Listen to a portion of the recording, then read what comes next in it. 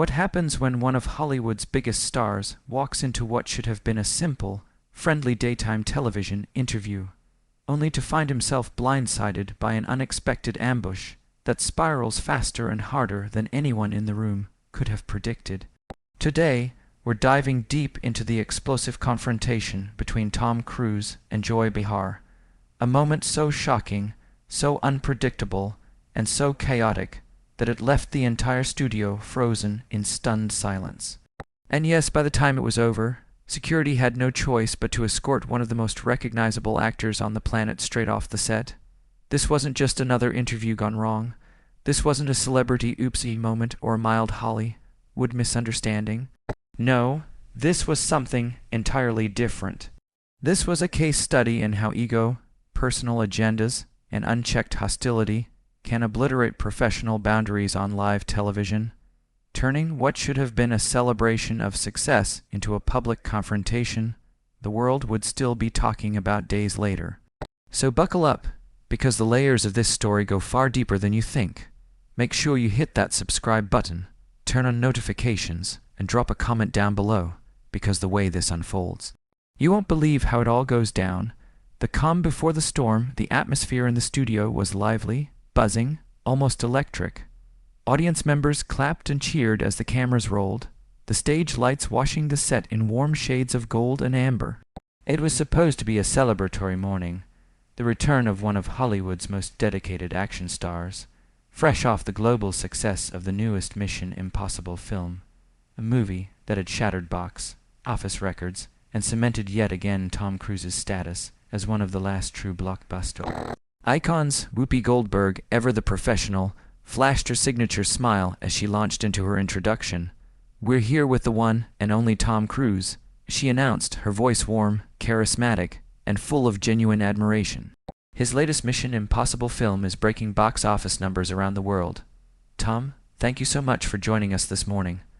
The crowd erupted in applause. Tom leaned forward, smiling politely, giving a small wave. He looked relaxed, maybe even relieved. He had just come off weeks of non-stop press, red carpets, premieres, and interviews. A daytime show like this, easy, comfortable, safe, at least that's what he thought. He couldn't have known, as he settled into his seat, that just off camera Joy Behar was already flipping through her note cards with a look that didn't match the cheerful tone of the moment. She wasn't smiling. She wasn't clapping, and she certainly wasn't preparing for a light-hearted conversation. There was tension in her body language, sharp, quiet, but unmistakable. Producers would later claim they noticed the shift too late. Because the moment Tom finished greeting the audience, Joy struck. The ambush begins before Whoopi could continue her line of questioning. Joy leaned forward, elbows on the table, voice dripping with something that didn't match the friendly tone of the program at all. She began with a statement that wasn't a question, wasn't an invitation, wasn't even remotely connected to the film. It was a challenge. A direct, pointed, confrontational jab, delivered with the confidence of someone who believed she could tear down the biggest star in the room and walk away untouchable. Tom's smile faded, not instantly, but slowly, like he had suddenly walked into a cold draft. The audience didn't know what to do. They laughed nervously at first, thinking Joy was being playful, but Tom didn't laugh, Whoopi didn't laugh, and within seconds the air shifted from awkward amusement to heavy discomfort. Producers began exchanging worried glances. Camera operators subtly adjusted their shots, ready to cut to commercial if things escalated. But no one expected how quickly, or how sharply, everything would unravel. Tom tried to respond calmly at first, patiently even. He kept his voice even, tried to steer the conversation back toward the movie, the work, the craft, the reason he was actually there, but Joy didn't let up. Each time he spoke, she interrupted. Each time he tried to answer respectfully, she redirected. Each time he attempted to keep things professional, she pushed harder, more aggressively, more unfiltered. Within minutes, the interview had transformed into a lopsided confrontation. Tom wasn't promoting a film anymore. He was defending himself live on air, and this was just the beginning. When a line gets crossed, it happened suddenly. One moment, Joy was interrupting Tom, challenging him, poking at him. The next moment, she crossed a line, A line no journalist, no host, and no colleague should ever cross in a professional setting. The audience fell silent. Whoopi's face dropped. Sonny leaned back. Why? Died. Even the camera crew froze. Tom's expression changed instantly. The charm, the patience, the composed actor doing press melted away, replaced by something sharper, hurt, disbelief, and a rising anger he was fighting to contain. He inhaled slowly, sat up straighter. And for the first time since he walked in, he spoke with the full intensity the world recognizes from his most iconic scenes. Joy, he said calmly, but with a steel edge beneath the words. This isn't journalism. This is an ambush, and it's not what I agreed to. You could hear a pin drop. Even Joy blinked, taken aback, but instead of stepping back, she doubled down. That was the moment everything detonated. The aftermath producers rushed in. Audience members gasped. Whoopi tried to intervene. Tom stood up. Joy refused to back off, and within seconds, studio security was stepping onto the stage. Something that had never happened during a live broadcast in the show's history. Tom Cruise, one of the most famous actors alive, was escorted off the set as millions watched from home. Clip went viral before the show even cut to commercial. The debate exploded online. Was Joy out of line? Did Tom overreact? Should the producers have stepped in sooner? Everyone had an opinion. Everyone felt shocked. And no one could believe what they had just witnessed. Thank you for having me. It's always a pleasure to be here, Tom said with that unmistakable spark in his voice, the mix of charm, confidence, and genuine excitement that had become part of his public identity. He leaned slightly forward in his seat, hands clasped, eyes bright with energy. I'm really excited to share what we've been working on. This film pushed all of us to our absolute limits, and I think audiences are truly going to love what we've created. The audience applauded warmly, many smiling at the sheer enthusiasm radiating off him. Tom Cruise didn't just talk about movies. He lived them, breathed them, embodied every ounce of adrenaline they carried. Even the hosts looked engaged, leaning closer as if they were being pulled into his orbit. Sarah Haynes slid her cue cards aside and leaned in with a grin. Tom, I have to ask about that incredible motorcycle stunt we saw in the trailers. Everyone's been talking about it. Were you actually riding off that cliff yourself, or was some Hollywood magic involved? There was a flicker of pride in Tom's eyes. He loved this part. He loved talking about the craft, the danger, the preparation, the sheer insanity required to execute the kinds of stunts that had become his trademark. Absolutely, he said, nodding firmly, that was all real. We spent months preparing for that sequence. I trained with the team every day. Motorcycle jumps, aerial drills, skydiving, rehearsing takeoffs and landings, everything. The safety protocols were extensive, extremely detailed, and we had some of the best stunt coordinators in the world working on it. He gestured with his hands as he spoke, animating the memory, but there's something about doing these stunts practically that CGI just can't replicate. When audiences watch that shot in the film, they're seeing something real, something shot in one take at real speed, with real consequences. And it required every ounce of preparation, focus, and skill from our entire team.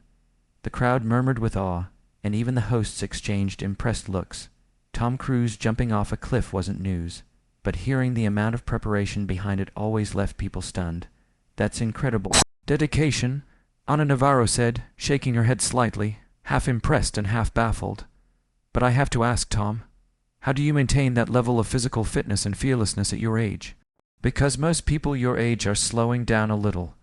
The audience laughed, and Tom placed a hand over his heart dramatically.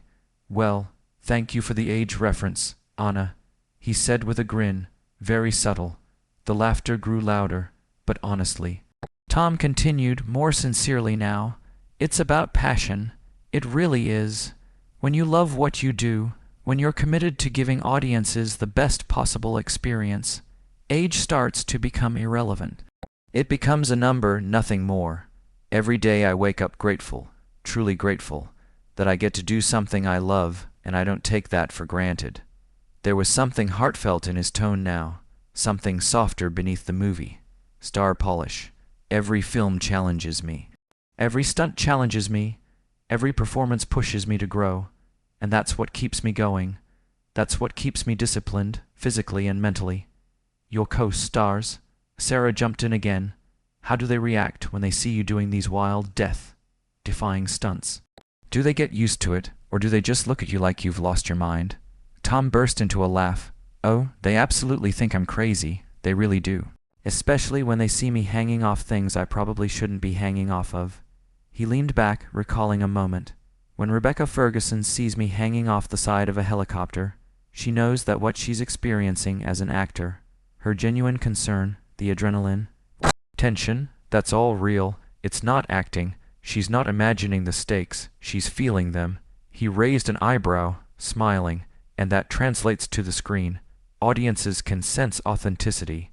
They can see when something's real. They can feel when the actors aren't pretending.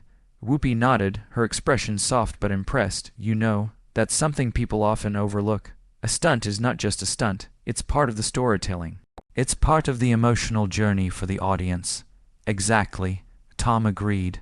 The stunt isn't just a cool visual trick. It's connected to the character's fear, determination, desperation, whatever they're going through in that moment. So when I commit to a stunt, I'm committing to the emotion behind it too. He paused, then added, when we shot the helicopter sequence, Rebecca wasn't acting concerned for Ethan Hunt. She was worried about me. And that real emotional energy feeds into her performance. It enhances her reactions, her timing, her rhythm. It elevates the entire scene. The audience nodded, visibly drawn into the behind. The scene's magic. Whoopi clasped her hands and leaned forward. It sounds like your entire cast really trusts you, and trusts the process. But does the studio ever tell you, Tom, please stop before you break something important? Tom laughed again. Oh yeah, all the time. They're constantly reminding me I'm not indestructible. And I always remind them that the goal is not to be reckless. The goal is to push cinematic storytelling to its highest level. He shrugged with an easy confidence, and honestly, that's why I train as hard as I do. So I don't break anything important. The crowd erupted with laughter again, and your passion shows, Sarah added. You can feel it in every frame of every Mission Impossible movie. There's a level of intensity that feels almost personal. Tom nodded thoughtfully. It is personal. Every film is a commitment. Every stunt is a promise to the audience that I will give everything I have. They give me 2 hours of their life. I owe them the best possible experience I can create. The room filled with applause, warm, appreciative, energized, but none of them knew that soon. The tone of the interview would shift, the atmosphere would tighten, and the conversation would take a sharp, unexpected turn. For now, though, Tom Cruise smiled, untouched by the storm that waited just ahead. It certainly shows in the performances, Whoopi said warmly. The chemistry between you and your cast is electric. It really jumps off the screen. Tom smiled, nodding graciously. The atmosphere on set was still pleasant, light, friendly, filled with the familiar blend of admiration and curiosity that typically accompanied his interviews. The audience seemed relaxed too, leaning in with interest, soaking up every word. And then Joy Behar cleared her throat. It wasn't a casual sound. It wasn't an innocent transition. It was deliberate, sharp, cutting through the pleasant conversation like a blade dragged across glass. Tom, that's all very interesting, Joy said abruptly, not bothering to match the tone set by the rest of the panel. Her voice had cooled several degrees, and even the audience felt the shift. But I think our viewers would be more interested in hearing about some of your other beliefs and practices, specifically the ones that have been in the news over the years. It was as if someone shut off the oxygen in the room. Tom's smile hesitated, not fully disappearing, but flickering, faltering, the first crack in the polished calm he had maintained since the interview began. He blinked once, his posture straightening as he processed her words. I'm sorry, he said slowly. What do you mean exactly? Joy didn't hesitate. She didn't soften her tone. She didn't ease into her next statement. She leaned forward, elbows on the table, eyes locked onto Tom with an intensity that immediately put the entire room on edge. Well, she said, enunciating each word, your involvement with Scientology has been a topic of significant controversy for years. Don't you think our audience deserves to hear your response to the criticism that organization has faced? You could feel it, the silence that dropped over the studio like a heavy curtain. Even the background hum of the cameras seemed to fade. The audience members shifted uncomfortably. Whoopi's expression froze. Anna shot a quick glance at the producers offstage. Sarah inhaled sharply, as if silently pleading, "Not now, Joy. Please, not now." Tom, to his credit, remained composed. His face steadied, his voice calm, but there was a noticeable heaviness behind his eyes. He took a breath before speaking. Controlled, measured, careful. "Joy," he said politely, though with a firmness underlying the words, "with all due respect, I'm here today to talk about my film, my work, and the incredible team who helped bring this project to life. My personal beliefs are exactly that, personal." Joy didn't lean back. She didn't blink. She doubled down. "But when you're a public figure with such influence..." She pressed, her voice sharpened now, her body leaning even further across the table. "Don't those beliefs become a matter of public interest, especially when there are widespread allegations and concerns raised about that organization?" The message was clear. She wasn't letting it go. Tom inhaled slowly, visibly forcing himself to maintain composure. "Those are allegations," he said carefully, "and many of them are unverified or based on misunderstandings. But more importantly, they're not why I'm here. We agreed this conversation would focus on the film, on the work, on the art." Joy cut him off. "Well, I think our audience deserves transparency," she snapped. There was an audible reaction from the crowd. Surprise, discomfort, even disapproval. This was not what they had come to see. They had expected a fun interview, exciting stories behind the scenes anecdotes, not a tense confrontation about his private life. Tom's jaw tightened just a fraction. "With respect," he said again, though this time the calmness was strained. "This is neither the time nor the place for that discussion. I've always been open about my dedication to my craft. That's what we're here to talk about." Joy raised her eyebrows as if challenging him, a silent dare hanging in the air. "So," she continued, "you're saying you won't address any of it, even when people are looking for answers about the concerns that have been raised?" The audience rustled again. Soft gasps, whispers, shifting seats. It was clear the tension had crossed a line. Even those who wanted drama hadn't expected this. Tom looked down for a brief moment, gathering himself, then looked up again, voice steadier than before. "I'm saying," he replied firmly, "that I'm not here to participate in a sensationalized conversation designed to distract from the work my team and I have poured our hearts into. I'm proud of the film. I'm proud of the people who helped make it, and that's what I'm here to highlight." His tone was respectful, but unmistakably resolute. Whoopi finally intervened, perhaps realizing the interview was seconds away from spiraling completely out of control. "Okay, let's just take a breath here," she said gently, placing a calming hand on the table between them. "We're here to talk about movies, folks. Movies. Let's try to keep things focused." But Joy wasn't done. "So you're refusing to answer the question?" She pushed again, her eyes never leaving Tom's. This time the audience murmurs were louder approval now, not confusion. Someone in the third row even muttered, "Come on." Under their breath, Tom exhaled slowly, frustrated, disappointed, but composed enough to keep things from exploding.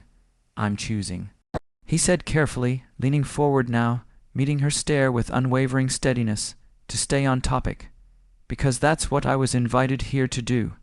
And because I respect the people who worked on this film too much to let their efforts be overshadowed by something that was never part of." Agreement for this interview.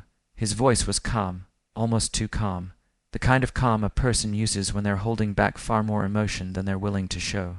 The room was silent again. Joy stared at him. Tom stared back, and the tension between them buzzed through the air like static before a lightning strike. Tom replied with a firmness that left no room for ambiguity.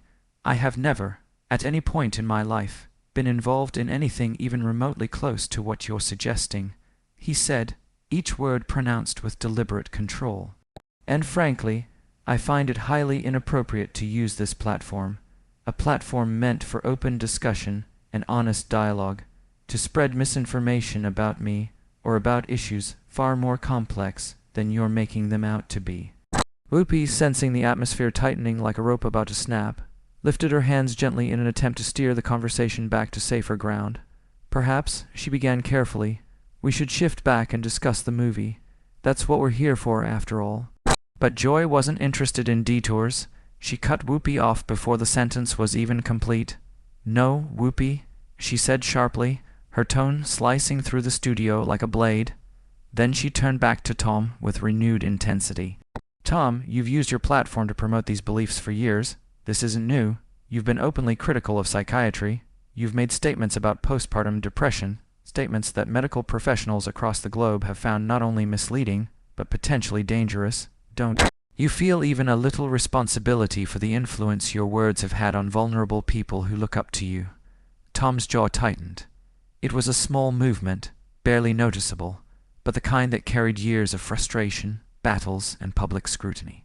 He took a slow breath before responding, clearly choosing his words with the precision of someone who has been down this road many times. "Joy," he said, his voice controlled but undeniably tense, "you're mischaracterizing everything I've ever said. Every single thing. I have never told anyone not to seek medical help. I have never discouraged someone from getting proper treatment. Ever. What I have done is share my own experiences, my own beliefs, my own perspectives. That is my right as an individual and as someone who has lived through certain things." But instead of acknowledging his clarification, Joy leaned back, folded her arms, and repeated his phrase mockingly, "Your own experiences." She stretched the words as though tasting their meaning and finding them insufficient. "Including," she continued, her voice dripping with sarcasm, "jumping on Opera's couch like a maniac while the entire world watched." The audience reacted immediately. A few uncomfortable chuckles, a gasp from someone in the back. The kind of noise that fills a room when people realize the line between assertive journalism and hostility has been crossed, but aren't sure if the host intends to step back or push even further. Tom blinked, processing the jab, clearly fighting to maintain composure. The couch incident was something the media had dissected endlessly, replayed thousands of times, turned into memes and late-night jokes. But to bring it up now, in the middle of an already heated exchange about mental health, was a move even he hadn't anticipated. That moment, Tom said, struggling to maintain control of the conversation, was personal. It was emotional. It was me expressing joy, real joy. And yes, maybe it came out in a way people didn't expect. But using it as a weapon in a discussion about mental health, that's unfair. And it's beneath the level of discourse I thought we were having. Joy leaned forward, refusing to concede. "Tom, you can call it joy, or excitement, or whatever word makes you comfortable. But the fact remains that millions of people saw that clip and questioned your stability. They wondered what was going on behind the scenes, and when you followed that up with statements about psychiatric medication that contradicted decades of medical research, it created confusion. It created controversy. Don't you see how your actions carry real-world consequences?" Whoopi tried again to intervene, but this time the tension had built too far for any gentle hand to guide it back. The two were locked into a verbal clash that neither seemed willing to retreat from. Tom exhaled, visibly frustrated. "People are allowed to question things, Joy. They are allowed to look at medical systems and ask how they work. They are allowed to explore alternatives. What I said came from a place of personal belief and research. I wasn't telling the world to abandon medicine. I was saying that there are other approaches that worked for me personally, nothing more. But that's exactly the point." Joy fired back, her voice rising. "When you say something, Tom, people listen. You're not some random guy on a street corner talking about his experiences. You're one of the biggest names in Hollywood. You're influential. When you make sweeping statements about fields you're not trained in, people take them seriously. They follow them, they act on them. Some might even ignore real medical advice because of something you said during an interview." Tom shook his head, exasperated. "I never made sweeping statements. You're painting a caricature of what I said, not the reality. And with respect, Joy, if people are going to make life-changing decisions, I believe they should consult professionals, not base their choices on an interview clip." Joy smirked. But they did base their choices on it. That's the problem. The studio was silent now. Pin drop silent. Even the camera operators, usually stoic and expressionless, looked uneasy as they tracked the escalating confrontation. Tom took a long, steadying breath, running a hand through his hair. "I can't control how people interpret things," he said finally. "I can only control what I say, and I stand by the fact that I never encouraged anyone to avoid treatment. I shared my truth, that's it. You don't have to agree with me, but twisting my words into something dangerous or malicious is unfair, not just to me, but to the conversation we should be having. Joy raised an eyebrow, unconvinced. Well, she said slowly, maybe if your truth didn't contradict established medical science, we wouldn't be in this position. Or maybe, Tom countered, his patience visibly thinning, this show should be less interested in personal attacks and more interested in genuine discussion. The tension crackled like static electricity. Whoopi finally stepped in, more forcefully this time. All right, she said, her voice firm, we need to take a break. And for once, everyone agreed, if only because the alternative was letting the explosions continue live on air. Don't I? Joy leaned back in her chair with a smug expression that immediately put the room on edge. Her posture, arms crossed casually, radiated confidence, bordering on arrogance. There was a deliberate sharpness in her tone, a calculated edge that made it clear she intended to dominate the conversation. Because I've done my research, Tom, she continued, her voice rising slightly, emphasizing each word as though it were a hammer striking a nail. I've spoken to former members. I've read the testimonies, and frankly, I find it disgusting that someone with your platform continues to defend the indefensible. The live studio audience shifted uncomfortably. A few spectators whispered to one another, while others held their breath, sensing the confrontation escalating far beyond a standard celebrity interview. The tension in the room was palpable, an invisible current of anticipation that crackled through every camera lens, every microphone, every inch of the brightly lit set.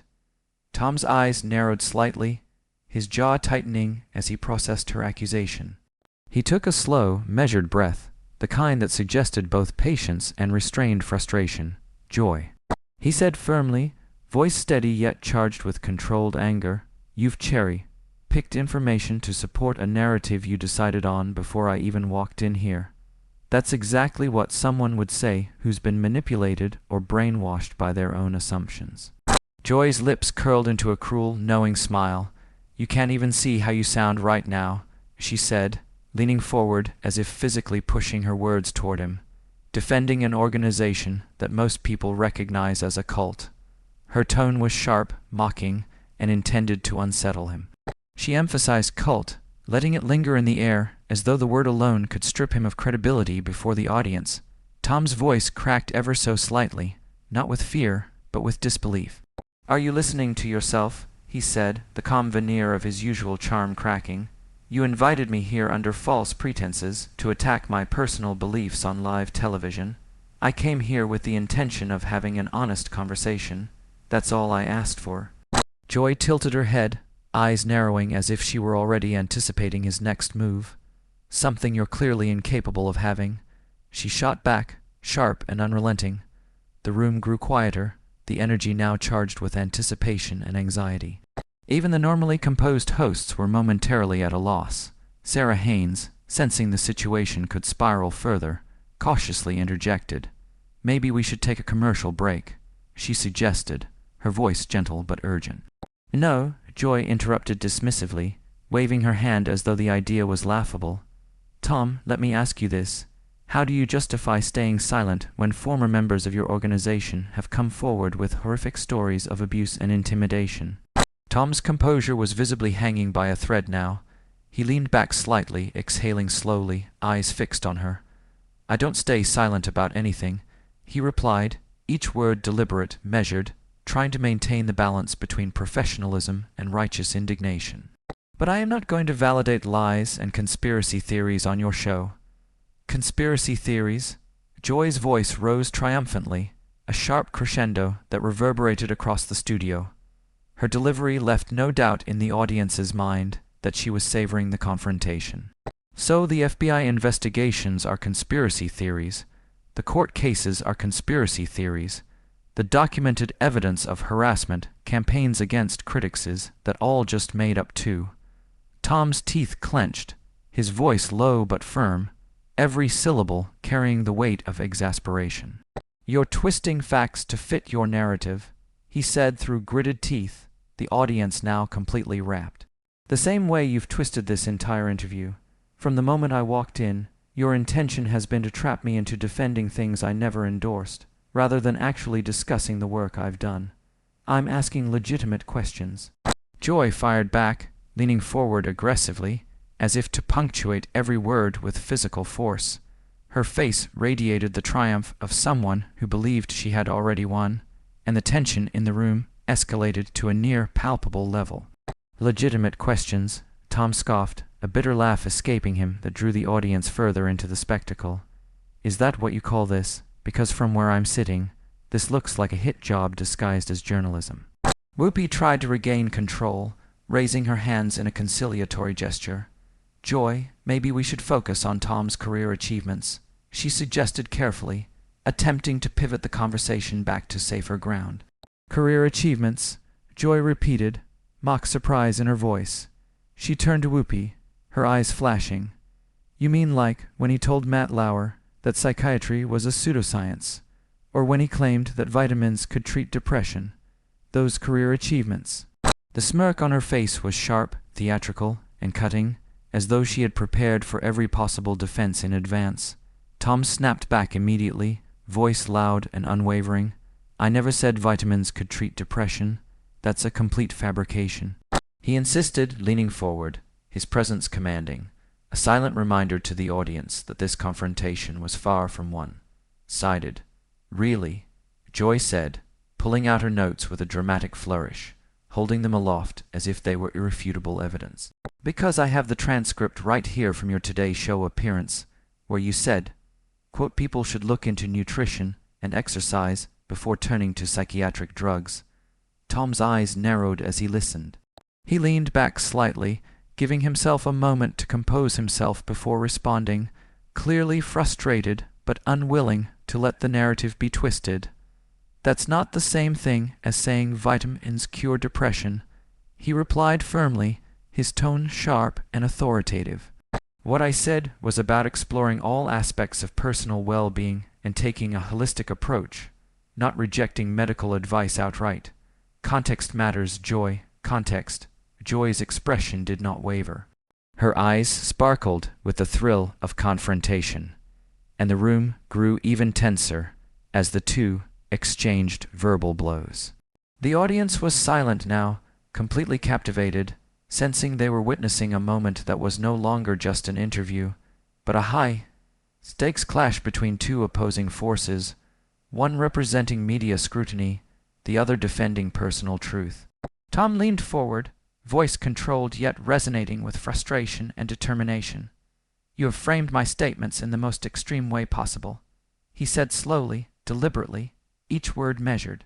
"And in doing so, you've turned a discussion about my work, my craft, and the people who dedicated their time and talent to this film into a personal attack. That is not journalism. That is sensationalism." Joy did not flinch. Instead, she tapped her notes with a pointed finger, eyes locked on him. "Tom, these are issues the public cares about. You've been influential for decades, and your words have consequences. That's all there is to it." The tension in the studio was now almost unbearable. Cameras zoomed in on every face, every twitch of muscle, every micro-expression. The audience, once casual and welcoming, now sat on the edge of their seats, as if afraid to breathe. The collision of celebrity and media scrutiny had reached its peak, and neither side showed any sign of retreating.